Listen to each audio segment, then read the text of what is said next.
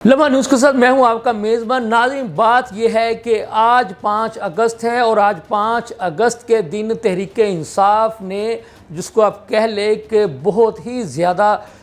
परेशानियों का, मुसीबतों का सामना किया। और ये अगर कहा जाए कि तहरीक-ए-इंसाफ की मुश्किलात कम होने की बजाय दिन ब दिन बढ़ रही हैं तो ये बेजाना होगा। आज कौमी असम्बली, सेनेट और पंजाब असम्बली से तहरीक-ए-इंसाफ के उन लोगों को भी नाअहली के नोटिफिकेशनों का सामना करना पड़ा जिन्हें गुज़िश्ता दिनों सज़ाएँ हुई थी। जी हाँ, आपको याद होगा कि सेनेटर शिबली फराज जिनको सज़ा हुई उनको आज नाअहली का सामना करना पड़ा। इसी तरह से कौमी असम्बली से उमर अयूब खान, जरताज गुल, हामिद रज़ा, राय हसन और जो बाकी जो लोग हैं उनको, इसी तरह से पंजाब असम्बली से जुनैद अफजल शाही या राय मुर्तज़ा और जो बाकी जो नाम है इनको भी नाअहल करार दे दिया गया।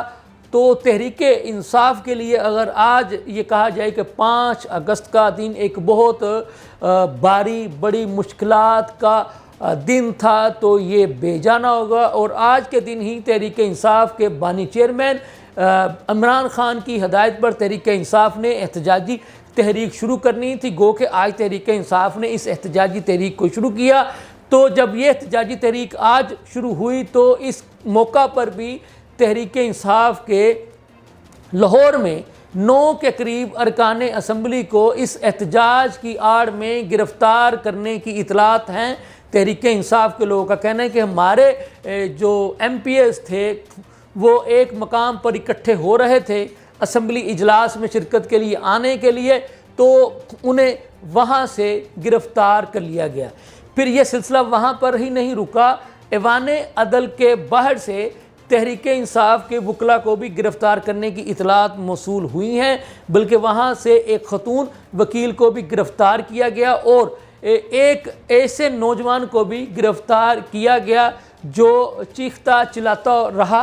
बल्कि ये कहता रहा कि मैं अल्लाह की कसम खाकर कहता हूँ मैं एक वकील का मुंशी हूँ, मेरा किसी भी सियासी जमात से कोई ताल्लुक़ नहीं है, लिहाजा मुझे गिरफ़्तार ना करो। लेकिन पुलिस वालों ने उस नौजवान की भी एक ना सुनी और उसको गिरफ़्तार करके जो कैदियों वाली जो वैन थी उसमें डाल दिया। तो आज इसलिए मैंने जैसे कहा कि तहरीक-ए-इंसाफ की मुश्किलात कम ना हो सके, इसी तरह से फिर तहरीक-ए-इंसाफ के जो लाहौर के मुख्तलिफ़ मकामात से सूबाई हलकों से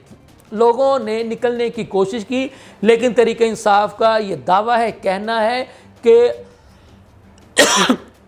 इतने सख्त इंतज़ामात किए गए थे मकामी पुलिस की जानिब से कि जो लोग भी एहतजाज के लिए निकले तो उन्हें मकामी सतह पर ही रोक दिया गया और उनकी पकड़ दिकड़ का सिलसिला शुरू कर दिया गया। अगर ये कहा जाए कि आज तहरीक-ए-इंसाफ ने लाहौर में एहतजाज के लिए निकलने की कोशिश ना की तो ये गलत होगा। कोशिश उन्होंने ज़रूर की, लेकिन इतने सख्त इंतज़ामात थे, चप्पे चप्पे पर पुलिस के पहरे थे, तो इसलिए जो तहरीक-ए-इंसाफ के लोग थे लाहौर में कोई बड़ा शो करने में कामयाब नहीं हो सके। तो आज जैसा कि मैंने आपको बताया कि आज 5 अगस्त है, तो आज के दिन आपको पता है कि भारत के वज़ीर आज़म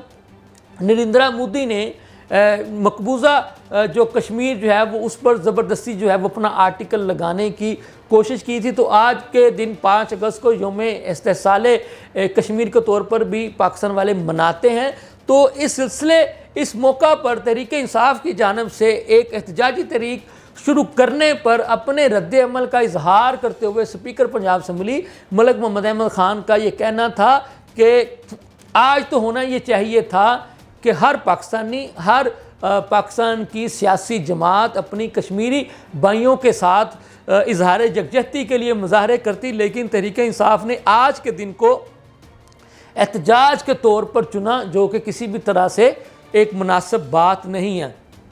स्पीकर मलिक अहमद ख़ान ने यह भी कहा कि एहतजाज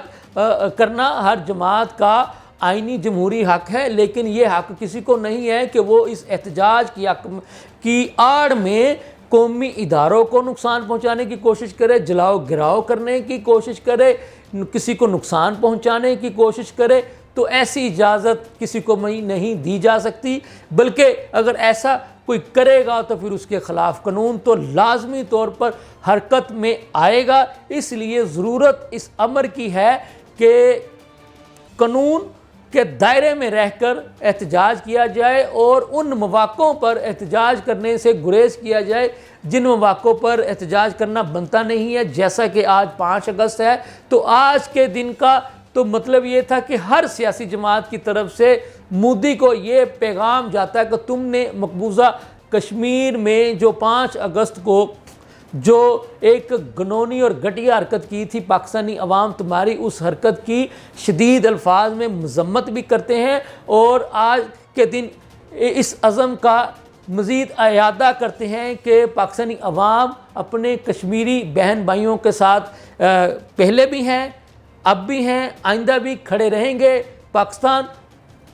कि अवाम के दिल अपने मकबूजा कश्मीर के बहन भाइयों के साथ धड़कते हैं और धड़कते रहेंगे। ये थी अब तक की ताज़ा तरीन सूरत हाल। इसके साथ ही मुझे इजाज़त दीजिए। अल्लाह हाफ़िज़।